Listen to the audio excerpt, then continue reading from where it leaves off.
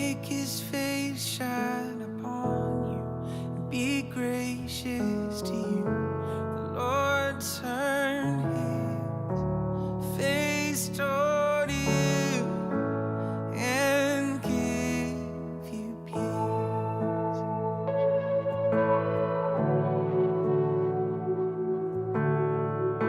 The Lord bless you and keep you, make his face shine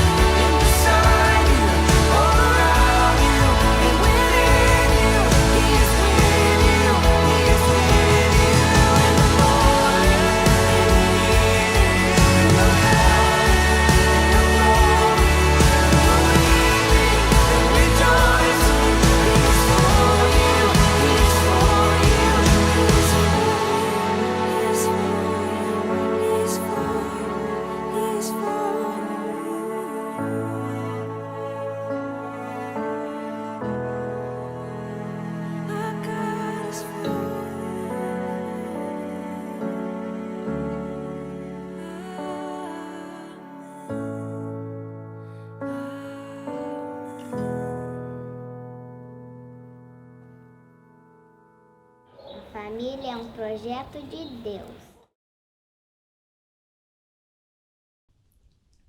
Bom dia ou boa noite, se você estiver assistindo de noite. Seja bem-vindo à minha casa. Dessa vez nós estamos na minha casa. Normalmente a gente grava em outros ambientes. Nós começamos essa série chamada Capela em Casa e hoje você está na minha casa. Mas você está na minha casa de propósito. A gente resolveu fazer essa gravação aqui porque hoje nós vamos abordar o tema família. No começo dessa série, quando nós demos nome para essa série, o Novo Normal, nós resolvemos discutir as 7 esferas de influência da sociedade e, dentre elas, família é o primeiro tema que nós vamos abordar. É de onde nós vamos começar, se você lembra na mensagem anterior, aquelas 7 esferas que ficaram aqui na tela, nós vamos começar abordando o tema família, um tema importantíssimo. E como você disse, como você viu, a Bia repetindo ali no jardim, família é um projeto de Deus. É uma frase que ela usa com frequência, aprendeu com a avó dela e a gente gosta de vê-la repetindo isso para que isso fique gravado na mente dela. Então hoje nós vamos falar sobre família, um tema importantíssimo. Na minha opinião, propositalmente nós escolhemos falar sobre família na primeira mensagem da série, logo depois da introdução, porque é o tema mais importante que nós vamos discutir, eu acredito, nessa série. Então eu quero orar com você, se você estiver disposto aí na sua casa, com a sua família, junte-se aí com seus filhos, com a sua esposa, com quem estiver assistindo contigo. Se vocês já convivem juntos, deem suas mãos aí. Vamos fazer mais uma oração. Eu sei que você acabou de vir de um momento de oração, mas vamos fazer mais uma oração juntos, para que Deus fale conosco, fale comigo enquanto eu falo com vocês e fale contigo. Abra seu coração para que você receba de bom grado essa palavra e que possa te edificar. Pai, mais uma vez, nós conversamos contigo no objetivo de pedir que o Senhor ilumine as nossas mentes, abra o nosso coração para o entendimento sadio da sua palavra, o entendimento sadio desse tema e que fique enraizado em nós a importância da família e como o Senhor vê a família. Claro que muitas das palavras que eu vou dizer aqui são palavras que talvez venham de mim e a minha oração é para que o Senhor tire essas palavras do nosso entendimento e transforme-as em algo que seja edificante para a sua igreja e para todos que estão nos assistindo. Pai, eu te agradeço por essa oportunidade e mais uma vez te peço que o Senhor opere nessas palavras enquanto eu falo e enquanto nós ouvimos. Em nome de Jesus. Amém. Bom, esse é um tema para mim muito abrangente. Dava para falar aqui, dava para fazer uma série só sobre família. Você está aqui na minha casa, como eu disse, hoje eu tô, se você fizesse um making off, você vai ver, eu tô descalço, tô sentado no sofá, tô bem à vontade para poder conversar contigo. E esse é o objetivo de hoje. Na verdade, hoje, mais do que nunca, mais do que em toda essa série, essa mensagem é uma conversa. Eu sei que não dá para a gente conversar em tempo real, talvez os seus comentários e a sua mensagem não seja uma conversa em tempo real, mas eu quero que você entenda isso num tom de conversa. Tudo que eu vou falar aqui é parte do meu entendimento a respeito desse tema família, de acordo com as lentes que eu uso para ler o Evangelho, para ler Jesus, para ler a Bíblia. Pode ser que você não concorde com algumas coisas que eu fale, pode ser que algumas dessas coisas que eu fale gere discussão, gere desconforto, e eu entendo. O meu objetivo não é dizer que a minha verdade é a verdade absoluta. Essa é a minha verdade. Acredito que a verdade de parte da igreja, nem todo mundo da igreja vai concordar, mas no mínimo é um assunto interessante para você pensar, ponderar e tirar suas próprias conclusões. Nessa série toda, o que eu quero fazer é criar um contraste entre o entendimento dessas esferas pelo mundo, vamos chamar de mundo, aqueles que não têm um entendimento cristão, uma cosmovisão cristã, e o entendimento daqueles que se dizem cristãos, que seguem Jesus. Então, nessa tentativa de criar esse contraste, em todas as mensagens, em todos os inícios das mensagens, eu quero tentar trazer para você uma definição popular ou um entendimento popular do tema que nós estamos tratando e depois tratar com alguns versículos bíblicos, sugerir para você como Deus, talvez, como Jesus nos ensina a ver essas esferas. E como eu disse no começo, ou na introdução dessa série, o objetivo de entender essas 7 esferas não é conquistar e dominar. O objetivo é salvar e servir. Então esse entendimento novo é para que a gente aprenda a servir essas esferas de uma maneira cristã. Bom, família. Família no entendimento do mundo, vamos chamar de mundo, lógico que não é um termo pejorativo, mas aqueles que não têm essa cosmovisão cristã, família é um grupo de 2 ou mais pessoas, na definição mais popular, um grupo de 2 ou mais pessoas, e nesse grupo cabem solteiros, casados, afiliados, aqueles que têm qualquer ligação afetiva, biológica, qualquer tipo de parentesco, qualquer vínculo legal, o mundo chama de família.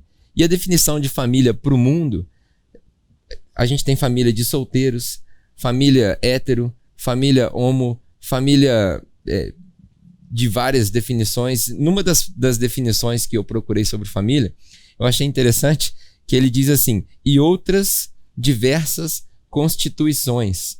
Talvez isso não faça a menor diferença para você. Mas quando a gente diz diversas constituições, sabe aquele seu amigo que tem um poodle em casa, ou a sua amiga que tem um poodle em casa, ou um chihuahua, e diz, esse é o meu filhinho, essa é a minha filhinha. Acredite ou não, tem gente que deixa herança para cachorro. Mas isso aí não é certo.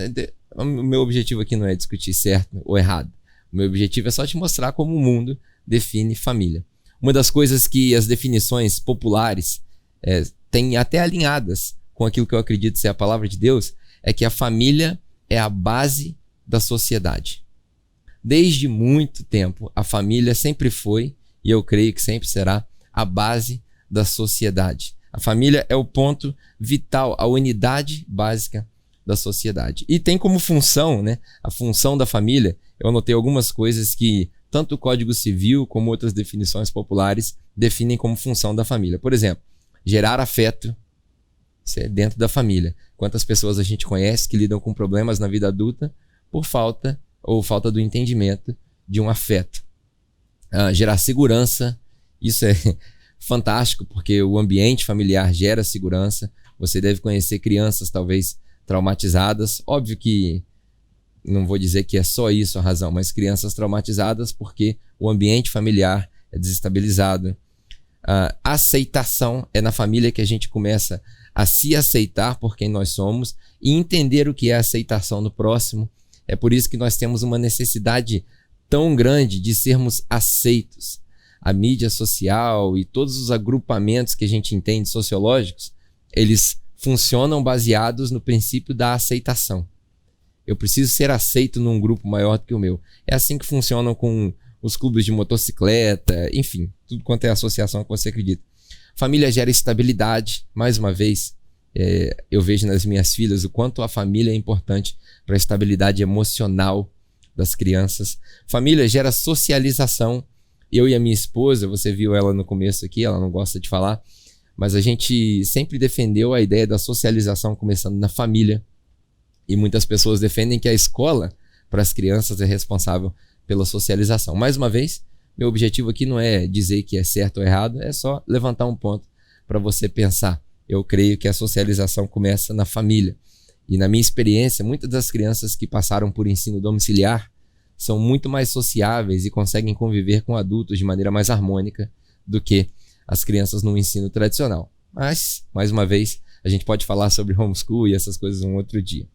Essa é a definição de família para o mundo, a definição popular. E aí, fazendo um paralelo num contraste, a família para Deus tem algumas coisas muito semelhantes à família que eu acabei de descrever. A família para Deus, por exemplo, ela tem como natureza ser a unidade vital da sociedade. Deus sempre imaginou, se essa é a palavra, que a família fosse o princípio, o primeiro ponto da sociedade. É daí que a gente tira o conceito família é um projeto de Deus. Porém, na maior parte do entendimento religioso, do entendimento filosófico também, a família começa na tradição do matrimônio. E é aí que a família de Deus, entre aspas, começa a diferir da família do mundo. Porque a família começa num matrimônio. Nós vamos passar por um texto aqui, onde a gente vê em Gênesis, deixará o seu pai e sua mãe, o símbolo do matrimônio. E é um matrimônio entre um homem e uma mulher, por diversas razões. Algumas delas nós podemos apontar para o âmbito religioso, outras delas a gente pode apontar para o âmbito genético. A reprodução depende do sexo masculino, do sexo feminino, e enfim, a gente pode abrir várias discussões para isso. Na definição de Deus, a família é o santuário da vida. A família é indissolúvel. Dentro do entendimento cristão, nós vamos passar por um debate, talvez, se começarmos esse assunto, sobre o divórcio. A família, para Deus, ela é indissolúvel. Ela é a rocha. Para quem estuda sociologia, a gente lê sobre Karl Marx, e um dos filósofos e autores que criou uma obra talvez fundamental para o entendimento de família foi um cara chamado Friedrich Engels, que terminou, teoricamente, o trabalho de Karl Marx, e ele escreveu uma obra chamada A Origem da Família, da Propriedade Privada e do Estado. Como tudo isso surgiu. E ele vai desde o entendimento dos gregos até a sociedade moderna no tempo dele, ali pelos meados de 1800 e pouco, se eu não estou enganado.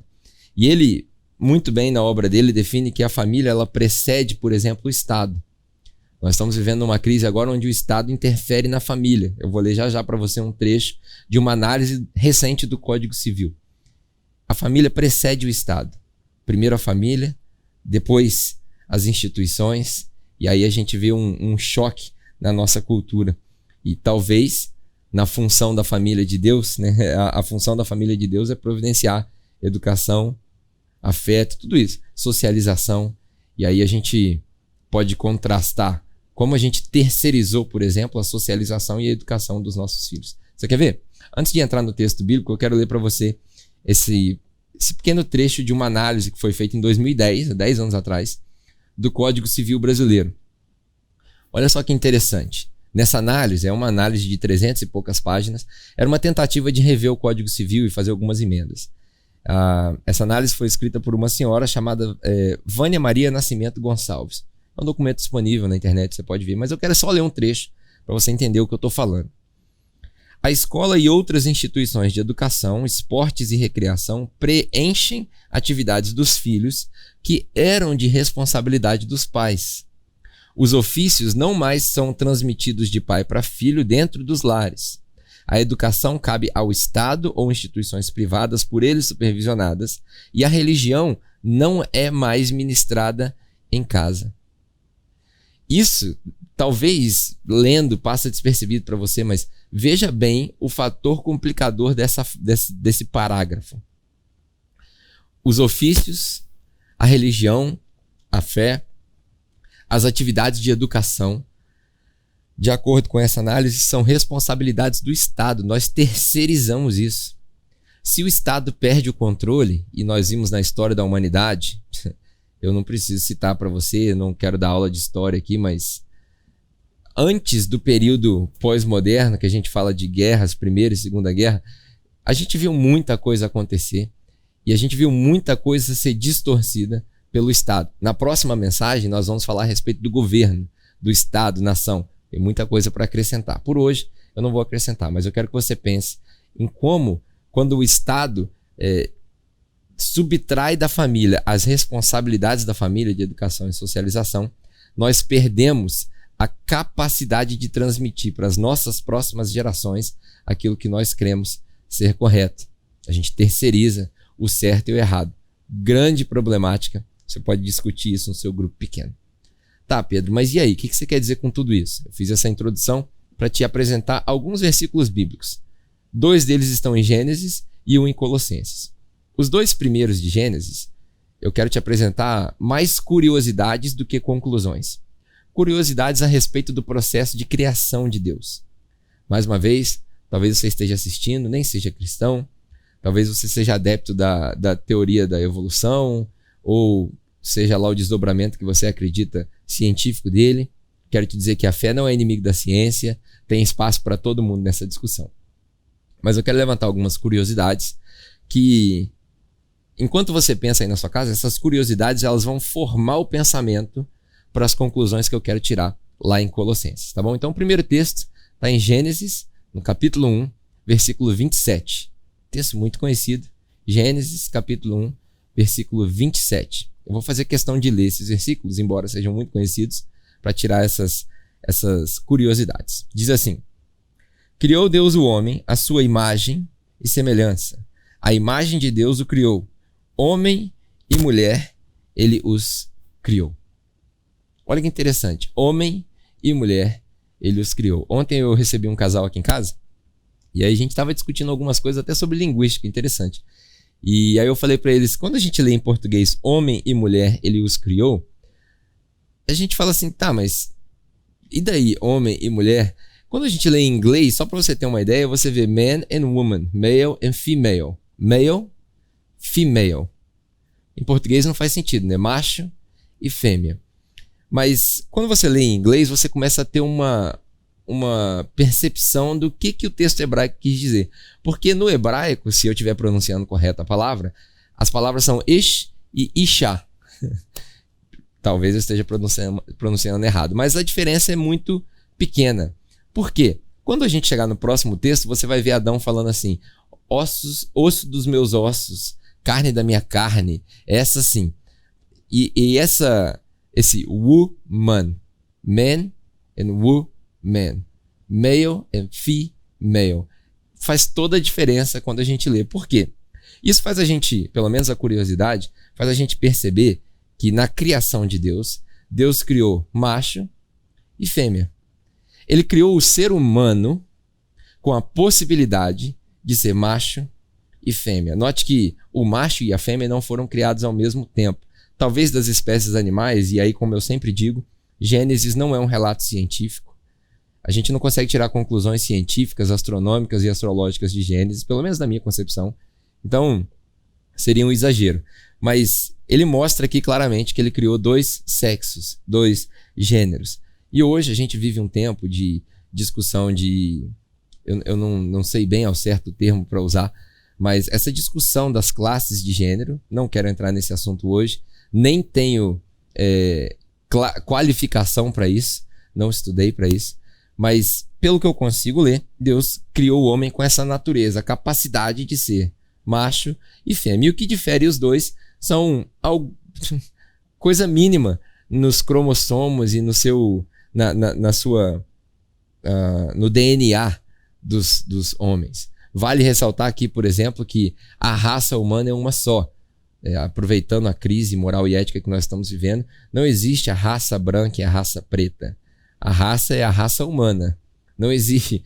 Talvez as etnias sejam classificadas pelos locais onde a gente nasce, mas a raça é uma só. E a diferença no nosso DNA entre o branco, o preto, o amarelo, o índio, é menos de 2%. Então nós somos muito mais iguais do que nós imaginamos. Mas enfim, esse não é o assunto de hoje. Deus criou ambos, homem e mulher, o ser humano com a capacidade de ser 2. E aí ele diz assim, criei a minha imagem e semelhança. Existe um entendimento clássico da imagem e semelhança, que dentro da igreja a gente diz que imagem e semelhança é porque ele nos criou família, ele nos criou como uma trindade, corpo, alma e espírito, ele nos criou com a capacidade de imaginar, porque o ser humano é o único ser que tem imaginação, você consegue imaginar o que está atrás da parede, enfim.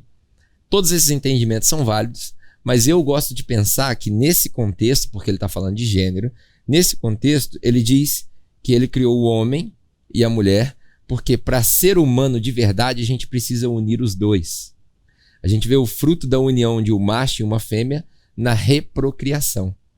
É fantástico isso daí, a gente pode estudar isso cientificamente. Como eu disse, no matrimônio, quando juntam-se os dois, por isso que quando Deus cria a mulher, que é o próximo texto que eu vou ler, ele diz assim, não é bom que o homem, o ish, ou macho, esteja só. Então eu farei para ele uma companhia, uma ajudadora. E parte dessa conclusão de Deus, depois de Adão ter passado por toda a criação e percebido que nenhuma das criaturas criadas serviam como companhia para ele, como par. E esse é o sentido do par, macho e fêmea. Eles formam um par perfeito. E esse par perfeito dá frutos. Isso é interessantíssimo. Óbvio, algumas pessoas escolhem, por escolha, o celibato e não casar. E, enfim, isso é uma exceção da regra, né?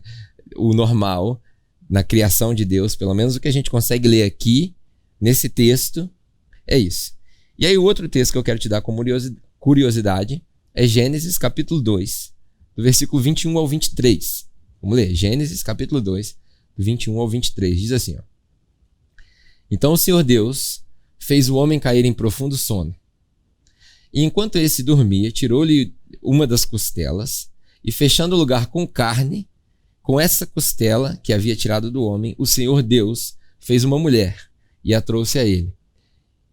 E disse então o homem, esta sim, que foi o texto que eu citei anteriormente, esta sim é o osso dos meus ossos, carne da minha carne, e ela será chamada mulher, female, ish-a, porque do homem ela foi tirada.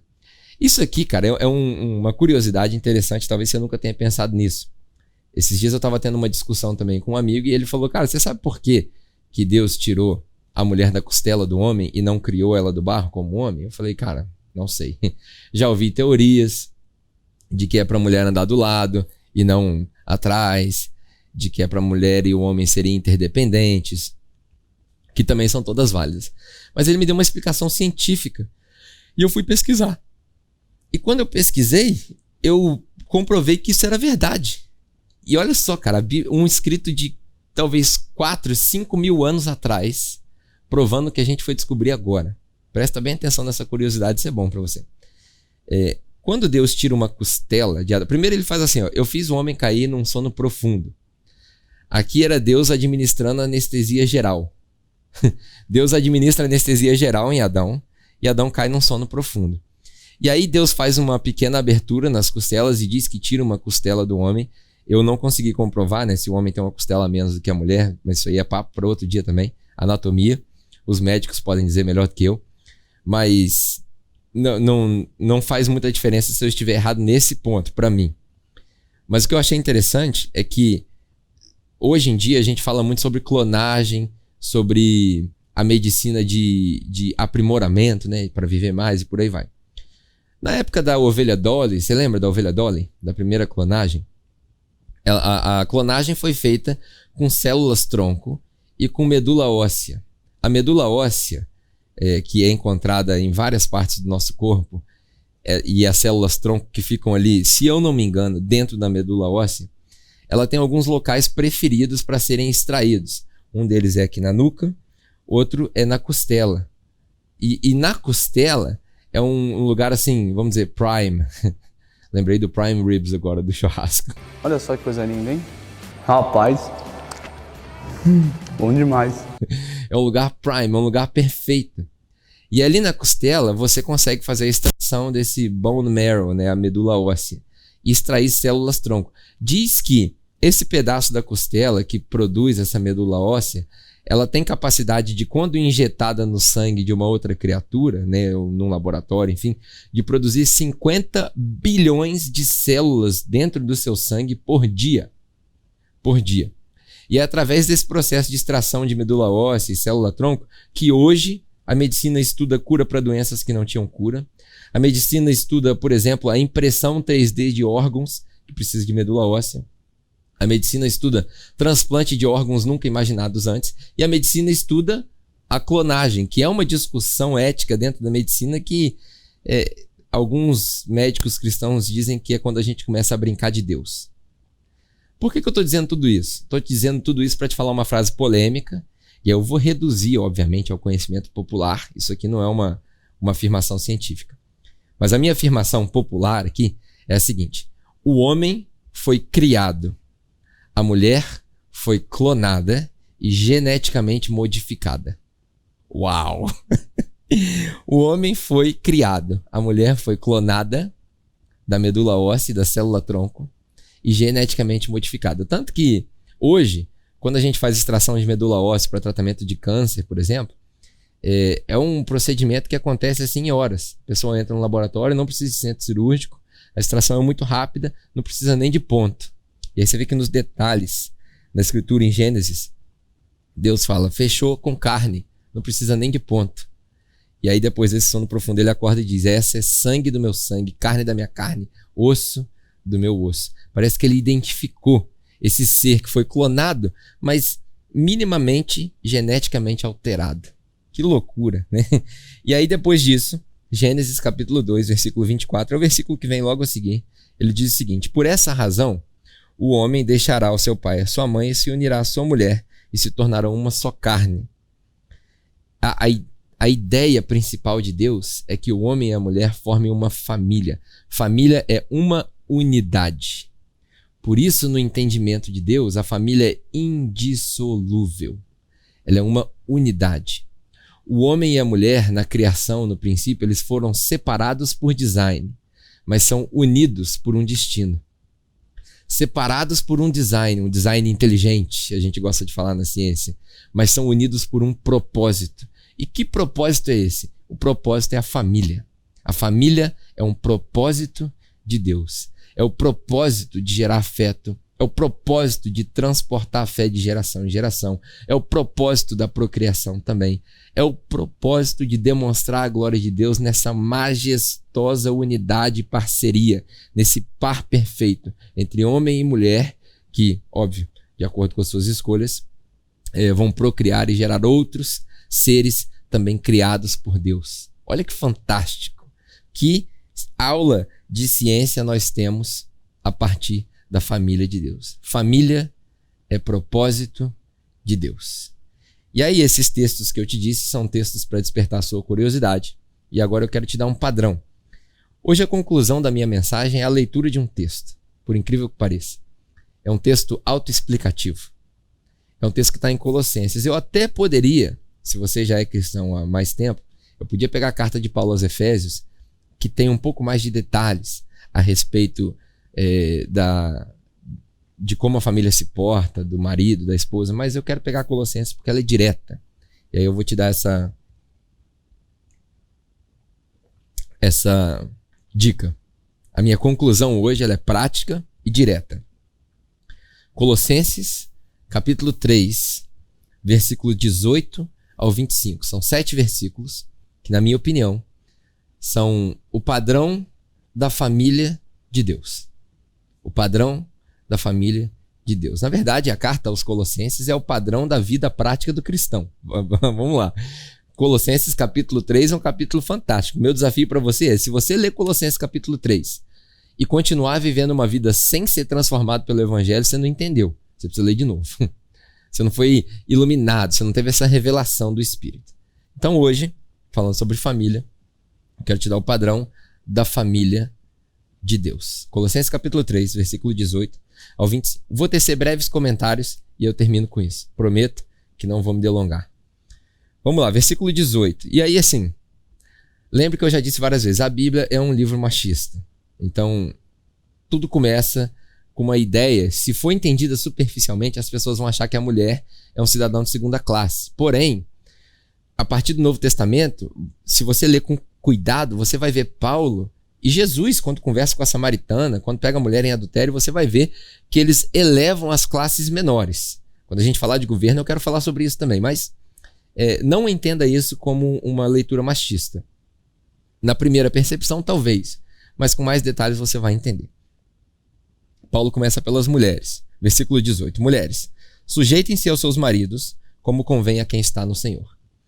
Se a gente fizer um paralelo de Colossenses 3 com Efésios 5, você vai ver que sujeitar-nos é o padrão do comportamento cristão para todo mundo, tanto para o homem quanto para a mulher. Sujeitem-se uns aos outros. Sujeitai-vos uns aos outros. Então, o papel do cristão, não vou nem usar cristão porque queima o filme, é o crente tradicional que diz que o homem manda na casa e tal. Isso é a maior balela. Isso é a maior balela da história. Não existe um manda no outro. Existe sujeição mútua. Um se entrega para o outro. Isso é o casamento. O casamento, a minha esposa sempre diz o seguinte, a gente não casa para ser feliz. A gente casa para fazer o outro feliz. O casamento é um exercício de sacrifício diário. Eu sempre aconselho os jovens, mano, não casa. Fica solteiro. É o melhor que você faz, evita problema. Porque casamento é um exercício de sacrifício diário. Porém, é um sacrifício diário de propósito. É um sacrifício diário criado por Deus. E tem as suas recompensas. Casamento é fantástico. Casamento é a melhor coisa que pode acontecer para um ser humano. Algumas pessoas, obviamente, por seu propósito, vão escolher ser solteiras. Isso também não é um crime. Isso não é errado. Mas, se você puder escolher entre um e outro, fique solteiro. Você vai ter menos problema para sua cabeça. E aí ele diz, mulheres, sujeitem-se aos seus maridos. Talvez ele comece com mulheres porque é o sexo frágil. Talvez no entendimento daquela cultura, o que executava atividades menos perigosas, menos cruciais. Não vou nem dizer essenciais, cruciais. Mas o mandamento é que a gente se sujeite um ao outro. Marido à mulher, mulher ao esposo e por aí vai. Depois ele dá um mandamento aos maridos. E aí, como eu sei que eu sou machista, eu já falei isso várias vezes, todo mundo tem preconceitos embutidos dentro de nós, todo mundo tem. Esse é um dos meus. E eu gosto de falar com os homens, porque eu acho que o peso e a culpa cai tudo em cima do homem. É meio militar isso, mas é a minha percepção, né? Talvez eu precise mudar. Ele diz assim, maridos, amem as suas mulheres e não as tratem com amargura. Tem muitos maridos que falam assim, a minha mulher não me respeita, é porque você não ama ela. Entendeu a nuance? Porque se você ama ela como Cristo ama a igreja, mais uma vez o paralelo para Efésios 5, como Cristo ama a igreja a ponto de se entregar por ela, o que isso quer dizer? A ponto de morrer por ela, ela vai te respeitar, cara. Ela vai te amar do mesmo jeito. Ela vai se sujeitar, porque ela vê que tem alguém disposto a entrar na frente da bala por ela. Tem alguém disposto a morrer por ela. Há um tempo atrás a gente viu um filme de família, assim, normal. E aí, no final do filme, o pai encontra com a família depois de uma viagem, e aí ele vem cansado da viagem, e a mãe já tá dormindo, assim, com muito sono, esperando ele no aeroporto, a filha dormindo no carro, e aí os filhos acordam para dar um abraço no pai e entram no carro de novo. E aí ele pergunta assim, who's daddy? Quem é o papai? E aí a filha responde assim, o papai é aquele que dirige quando todo mundo tá cansado. Esse é o sacrifício que eu desejo que todo homem entenda fazer pela sua família.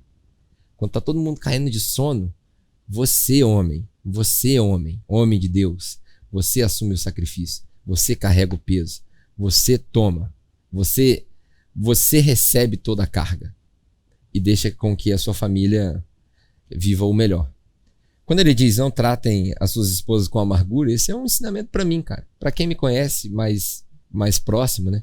Sabe que eu sou uma pessoa extremamente grossa, se for deixado ao natural. Eu preciso me policiar para não ser grosso. A minha esposa, casada comigo há 15 anos, de vez em quando ela fala, eu casei com ele, eu já sabia disso, mas eu não deveria ser o normal. E eu tenho que fazer força, e às vezes o meu homem natural toma conta, né? Como diz Martim Lutero, se eu não me engano, ele diz assim, eu achei que eu tinha matado o velho homem nas águas do batismo até descobrir que o infeliz sabia nadar. Ele volta toda hora, e eu fico tentando matar ele. Isso não é normal. Tratar suas esposas com amargura não é normal. A sua esposa não é uma qualquer. A sua esposa não é sua amiguinha. A sua esposa não é alguém que você discute. A sua esposa é a coroa do seu casamento. Provérbios 31, cara. Quem encontra uma mulher valorosa assim, que edifica o seu lar? A sua esposa é a coroa do seu matrimônio.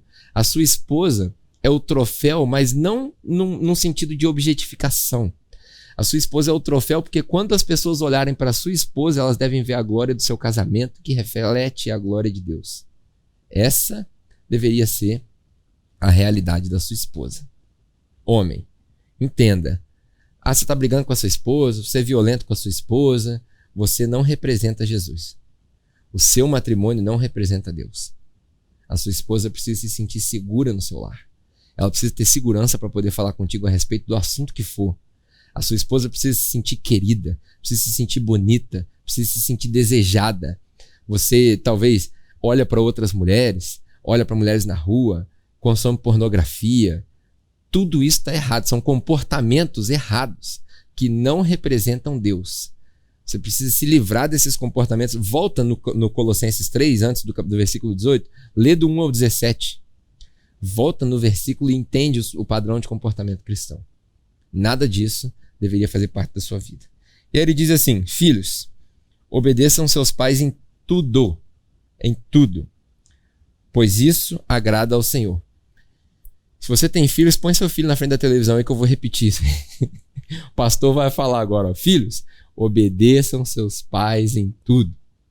Por quê? Porque a gente sabe o que é melhor para você. Eu tenho 15 anos, eu sou dono do meu próprio nariz, eu sei o que é melhor para mim. Não sabe.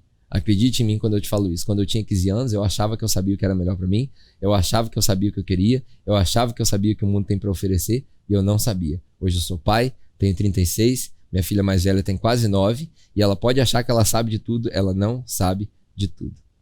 Eu também não sei, mas eu sei mais que ela.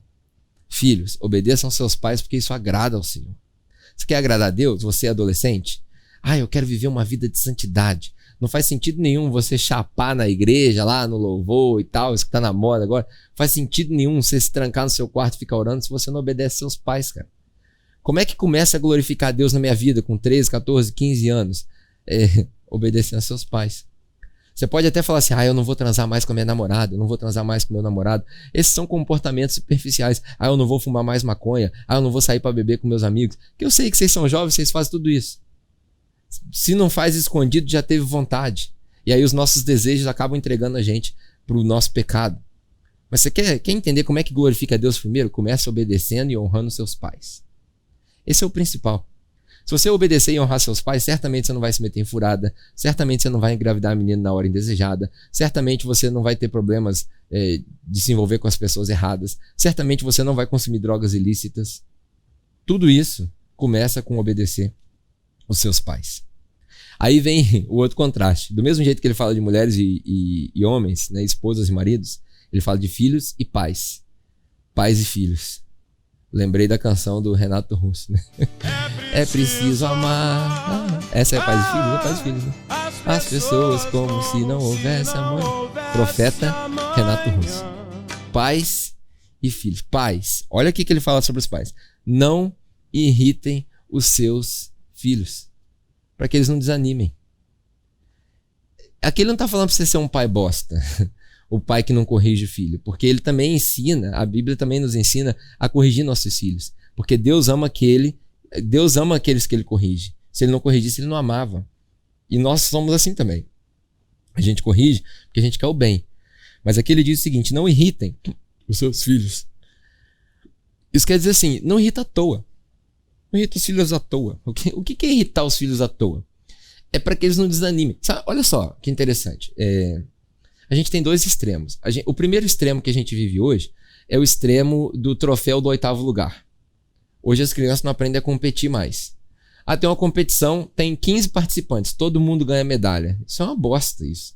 Porque não ensina as crianças a processar o processo de perda. E não ensina as crianças a aprender a perder na vida, a tomar pancada na vida. Não ensina. Ensina as crianças a ser um bando de frouxo. Esse é um extremo. Agora, o outro extremo é o radicalismo. O filho, por exemplo, chega em casa e ele tirou 10 em matemática. Ou 9 em matemática. Mas ele tirou 4 em português. Aí o pai, ele olha pro boletim e fala assim: você é um merda, tem que estudar mais. Ele nem viu o 9 de matemática. Ele não percebe que talvez o filho dele trabalhe mais com o lado esquerdo do cérebro do que com o direito. Ele é mais de exatas e menos de linguística. Ele tem dificuldade com a língua. Então o que faz? Aí a gente desenvolveu uma cultura, na minha opinião, uma cultura meio imbecilizada, que é a cultura de forçar a criança a melhorar o que ela é ruim, ao invés de incentivar a criança a aprimorar naquilo que ela é boa. Então, os americanos e os asiáticos, eles têm muito disso. Eles identificam os talentos das crianças logo no começo, para eles terem a vida inteira, a infância inteira, a adolescência inteira para desenvolver aquilo. Pais, não irritem os seus filhos. É a irritação à toa. É perceber que seu filho, talvez ele gosta de uma atividade e você quer insistir, porque você, pai e mãe, quer que o seu filho realize os seus sonhos que foram frustrados. Eu, por exemplo, posso confessar um negócio para você? Eu botei minha filha no basquete porque eu queria ser jogador de basquete profissional. E aí eu fiz uma lavagem cerebral nela para ela gostar de basquete. Eu não deixei entrar futebol na minha casa. Hoje ela é fissurada no basquete, mas é culpa minha. Eu que enfiei o basquete na cabeça dela. E ela gosta de outras coisas, ela gosta de balé, ela gosta de ginástica. Ela é gigantesca, ela não serve, ela não tem corpo para ginástica, mas ela gosta. Então o que eu faço? Eu incentivo a ginástica. E agora ela começou a gostar de basquete. Graças a Deus, Deus é bom. Aí eu tô levando ela para praticar o basquete. Mas pais, não tentem realizar nos seus filhos o sonho que você não realizou. Isso é a pior coisa que você vai fazer, que vai gerar filhos frustrados, desanimados. Descubra o talento do seu filho e deixe com que ele realize o próprio talento dele. Esse é o padrão da família de Deus. E aí aqui Paulo, nos próximos versículos, ele traz um contexto que hoje não serve para nós. Ele fala de escravos, porque as famílias romanas tinham escravos, e os escravos não eram como os escravos da escravidão moderna que a gente conhece. Faziam parte da família, obviamente numa classe inferior, né? Mas também não é aquele escravo, o pior escravo do barco vendido. Era o funcionário da casa, era o mesmo tutor da lei. Lembra quando a gente fala em Gálatas sobre a lei sendo nosso tutor? É o que cuida. Na nossa realidade, se você foi privilegiado o suficiente para ter isso dentro da sua casa, talvez você tinha uma governanta, né, mordomo para os mais ricos, ou alguém que ajudava a sua família na sua criação. Aqui em casa, durante um pequeno período das vacas gordas, a gente teve um pequeno período de vacas gordas aqui em casa, a gente teve a ajuda de uma senhora que chama Leia. Amo a Leia de paixão. A Leia ajudou a criar a gente. A Leia é uma segunda mãe. Ela não era uma empregada doméstica. Ela fazia comida enquanto meus pais trabalhavam, porque na sociedade moderna os dois precisavam trabalhar para trazer dinheiro para dentro de casa. E ela fazia comida, lavava, passava, botava a gente para dormir. A Leia é uma segunda mãe pra gente. Então, até hoje a gente se cruza na rua e aí a gente se abraça, se beija. Ela se emociona quando vê meus filhos, porque são como se fossem netinhos para ela. Então, essa é a categoria que Paulo descreve aqui. Os escravos obedeçam em tudo aos seus senhores, não somente para agradar os homens, quando eles estão observando, mas com a sinceridade de coração, pelo fato de vocês temerem ao Senhor. Porque a ideia é que a gente deve fazer tudo que nós fazemos como se fosse para Deus, que é o próximo versículo. Tudo que vocês fizerem, façam de todo o coração, como para o Senhor, não para os homens, sabendo que receberão do Senhor a recompensa e a herança. É a Cristo, o Senhor, que vocês estão servindo. Quem cometer injustiça receberá de volta injustiça, e não haverá exceção para ninguém. Aqui ele usa uma palavra interessante. É a Cristo, o Senhor, que vocês estão servindo. Eu vou concluir com a seguinte ideia. Eu falei que a ideia das 7 esferas de influência da sociedade, na cosmovisão cristã, não é conquistar e governar, é salvar e servir. Aqui ele usa o seguinte: quando você serve ao seu senhor, quando você serve ao seu empregado, quando você serve ao seu marido, quando você serve à sua esposa, aos seus filhos, ao seu vizinho, quando você é família, servindo um ao outro e amando um ao outro, você serve a Deus. Pedro, nessa crise, a nossa conclusão, nessa crise toda, no meio dessa pandemia, que nós estamos reavaliando aquilo que é normal, porque o normal já não vinha funcionando, nós vamos tratar dessas 7 esferas, começando pela família, passando pelo governo, economia, educação, voltando nas áreas de entretenimento, esporte, lazer, tecnologia, mídia e terminando na religião. Nessas esferas da sociedade, falando de família, como eu posso ser uma família nesse tempo todo? Você pode ser uma família se sujeitando um ao outro e amando um ao outro, respeitando, fazendo da sua família um quadro, uma obra de arte para as pessoas que não têm fé observarem e falarem: eu quero essa família, eu quero ser assim. A ponto das pessoas chegarem para você e falar assim: me ensina a ser esposo, me ensina a ser esposa. É praticamente um curso de casal na prática. Os seus vizinhos, sabe as pessoas que você chama para o jantar? Eu vou concluir assim. Eu, quando morava na Nova Zelândia, a gente trouxe pessoas para morar com a gente dentro de casa. Não é muito comum isso aqui no Brasil. Aqui você pode fazer no seu churrasco, porque aqui o churrasco demora o dia inteiro. Na Nova Zelândia, o churrasco tem hora para começar e acabar. Aqui não. Aqui você começa o churrasco de manhã, passa o dia inteiro fazendo churrasco. Então, quando você estiver fazendo seu churrasco com a sua família, se o churrasco tiver só crente ou não, talvez você tem outro padrão de vida, você gosta de um churrasco diferente, talvez você consuma na sua casa bebida alcoólica, cerveja e tal, enfim. Não se embebede, não se embriague, não perca o seu controle, tenha um padrão de vida cristão. O que é o padrão de vida cristão? É quando a sua esposa de repente sua esposa está na cozinha, porque é tradição da família, sua esposa está lá na cozinha, você honra a sua esposa e fala assim: o que você precisa que eu faça? Quer que eu lave a louça? Quer que eu parta alguma coisa? Quando ela tiver que carregar um peso, você carrega o peso. Quando for a hora de servir o churrasco, mulheres e crianças primeiro. Sirva os seus filhos, sirva os idosos. Quando tiver idosos no seu churrasco, não faz eles levantarem para ir no churrasco pegar, não. Leva lá para eles. honra eles. Se tiver picanha e alcatra, leva picanha para os idosos, para as crianças e para a esposa e para as mulheres. E você, homem, come alcatra. Se tiver picanha e linguiça, ou picanha e frango, asinha de frango, você fica com a asinha de frango.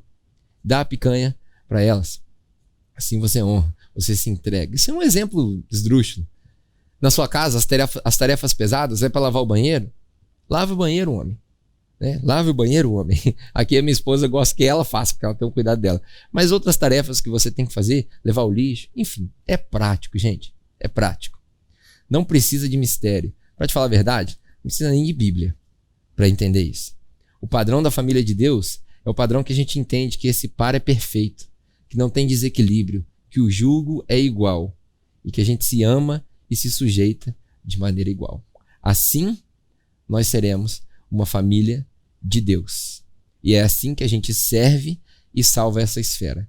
Enquanto as famílias estão se despedaçando, talvez nas escolas dos seus filhos vocês participem de reuniões de pais, onde em várias carteiras tem ali um pai sozinho, uma mãe sozinha, e essas crianças estão crescendo em famílias desestruturadas, famílias desorganizadas, famílias sem estabilidade, sem segurança, porque falta a figura paterna ou a figura materna.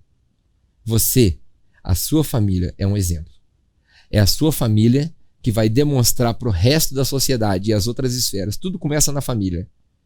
Ela começa na família, culmina na educação e passa pela religião. Você vai ver ao longo dessa série. É a sua família que demonstra a glória de Deus para as outras famílias. Se você conseguir contagiar as suas outras famílias de amigos, né, as famílias dos seus amigos, você já cumpriu a sua missão. O ide e pregar o evangelho pode se chamar em convide, não ide, convide para o churrasco e pregue o evangelho com a sua vida. Esse é um exemplo prático que eu queria terminar contigo. A minha oração por você e para você e com você é que você consiga equilibrar a sua família. Aqui na igreja nós estamos dispostos a te ajudar, seja com atendimento psicológico, seja com aconselhamento pastoral, seja com ensino bíblico, enfim. A minha missão é conseguir te ajudar, seja no convívio, seja no churrasco. Eu convido você para ir para a casa do Serginho no próximo final de semana. Porque na minha casa não tem como fazer churrasco. A gente pode fazer churrasco lá e passar um tempo junto. Brincadeiras à parte, né? Eu me coloco à disposição para te ajudar. Naquilo que eu puder, eu também não sei tudo. E aí a gente vai se pastoreando com as famílias da igreja. Essa é a ideia principal das esferas de influência. Vamos orar mais uma vez? E aí logo depois da oração, não desliga não, a gente tem os nossos avisos, como é já tradicional. Pai, obrigado porque o Senhor nos ensina, através desses escritos que foram encontrados, que a gente chama de Bíblia, o padrão que o Senhor prefere que nós vivamos como família. Obrigado porque o Senhor é bom conosco. E obrigado porque esse padrão demonstra a sua glória e a nossa tentativa, o nosso chamado é tentar emular esse padrão. Nós somos gratos por isso e o meu pedido para os meus irmãos que me ouvem é que o seu Espírito Santo possa ajudá-los e auxiliá-los a exercitar essa função de família, de pai, de mãe, de esposo, de esposa, de filhos, de empregados, e em tudo que eles fizerem, eles façam para a glória do Senhor, como que se o Senhor fosse aquele que os recompensa. E assim, nesse exercício, eles possam demonstrar para o mundo o que é ser uma família de Deus e uma família em Deus. Essa é a minha oração, no nome do seu Filho Jesus. Amém. Bom, é isso. Espero que você tenha tido um bom domingo aqui conosco, uma boa reflexão nessa manhã. Meu desejo é que você realmente seja família. Como eu disse, eu estou aqui na minha casa, é um prazer ter você aqui na minha casa. Espero poder fazer isso na sua casa em breve, quando nós voltarmos ao normal. Ou na nossa casa, que está ficando linda, né? Todo domingo eu digo isso, está ficando linda. E eu estou segurando, não estou mostrando para você, porque na hora que eu mostrar, você não vai se segurar, você vai querer correr para lá. E falando disso, eu quero te incentivar. Eu estou igual o Jô Soares hoje, né? Estou com a caneca aqui, mas é água, né? Já tomei café.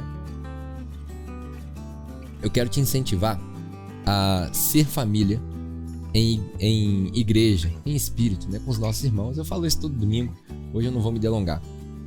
Os grupos de conexão estão ativos, a gente tem 3 ou 4 grupos. Eu gostaria muito de te incluir nesses grupos de conexão. Então, se você quiser, aqui do lado tem um código, como sempre. É só você apontar a sua câmera no modo de fotografia, ele vai te sugerir abrir o WhatsApp e me mandar uma mensagem. E aí você me manda uma mensagem: cara, eu quero participar do grupo de conexão, e eu vou te conectar com um desses grupos, com um desses líderes, para você poder aprender e também exercitar o ser família. Isso vai te fazer bem, porque nesse tempo de pandemia, principalmente de incerteza, que a gente não sabe quando volta, você precisa de convívio, você precisa estar junto com seus irmãos para orar, para partir do pão, para se aconselhar e para se aprofundar nisso que a gente está falando aqui. Tem tanta coisa para discutir. Hoje eu falei de tanta coisa, de genética, enfim. É bom você participar. E por último, eu quero também que você lembre das nossas contribuições financeiras. Aqui do lado tem um outro código que vai ficar aqui, é o código do nosso PicPay. Eu quero te incentivar a baixar o seu PicPay, fazer o seu cadastro. Eu já expliquei algumas semanas que você até ganha dinheiro de volta do PicPay quando você faz doações, isso é bom. E isso nos ajuda a continuar a nossa missão. Aqui, eu não sei se você já ouviu, talvez você seja novo, a gente gosta do princípio de 2 Coríntios, no capítulo 8 e 9, que resumindo diz o seguinte: cada um dê de acordo com o que decidiu no seu coração. Mas é interessante que Paulo fala o seguinte: cada um dê. Então todo mundo dá um pouquinho. Lógico que a gente não quer botar pressão em ninguém, eu não quero botar pressão em ninguém, mas todo mundo dá um pouquinho. Talvez você decida dar R$10, eu falei aqui na semana passada, que se você resolver dar R$10 por semana, no final do mês, nós teremos dinheiro mais do que suficiente para pagar todas as nossas contas, para pagar o aluguel do nosso espaço, que embora nós não estejamos fazendo culto lá, a gente está fazendo um monte de coisa lá. Nós estamos preparando o seminário, que a gente já deixou claro que vai voltar. A gente está preparando os projetos sociais que vão acontecer na igreja, gravando outros conteúdos, além de usar aquele espaço para servir a comunidade, com, como eu disse, os projetos sociais e por aí vai. Então tem conta para pagar, tem luz, tem água, tem aluguel, tem as despesas que a gente paga com os salários das pessoas que trabalham na igreja, que por enquanto sou só eu, mas em breve deve ter outras pessoas também, para que isso possa ser feito de maneira mais regular e mais fixa, vamos usar esse termo. Então, se você quiser nos ajudar, você pode escanear esse código aqui e aí você faz a sua doação no PicPay e esse dinheiro vai direto para a conta da igreja, não tem desconto nenhum, o que é fantástico também, e assim a gente pode continuar a nossa missão. No mais, eu espero que essa semana você tenha a oportunidade de ser família. Você deve ter percebido que nos nossos grupos tá rolando a ideia da gente fazer algumas visitas, e eu sei que a gente está no momento de pandemia, de isolamento, talvez uma segunda onda vindo aí. Eu não quero provocar ninguém e nem quero forçar você a fazer algo que você não esteja confortável. Mas alguns dos nossos irmãos se propuseram a ir assistir o culto contigo. Fazer aquilo que a gente chama de watch party, né? A gente vai assistir junto. Lógico que a gente não vai juntar 20 pessoas dentro de uma casa, mas tem alguns irmãos nossos que se voluntariaram a fazer isso.